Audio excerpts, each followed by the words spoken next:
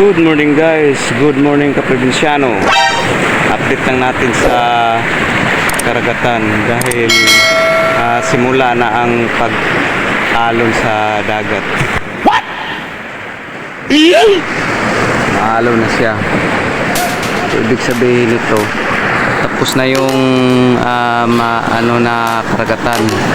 Malinaw at tahimik na karagatan. Oh no!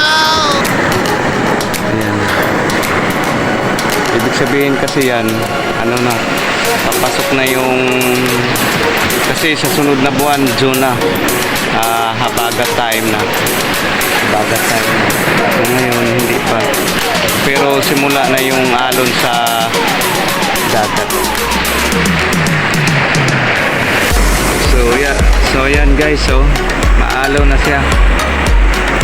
Ito yung tinatawag na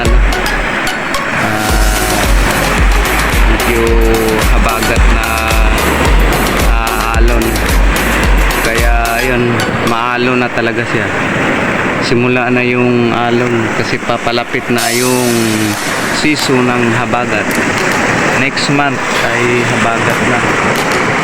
So ganyan ang sistema sa karagatan, medyo maalon-alon na. Tapos hindi na malinaw. Medyo may kalabuan na dahil may alon na. Pero mainit pa rin dito. Anong nagpapalaot. Mahina lang siguro. Yan guys, maalon-alon na. Iba yung sa nakaraang mga linggo, yung first week of May, April, kasi napakalinaw pero mahangin. Ngayon hindi na mahangin pero pabugsong-bugsong hangin na lang pero maalon.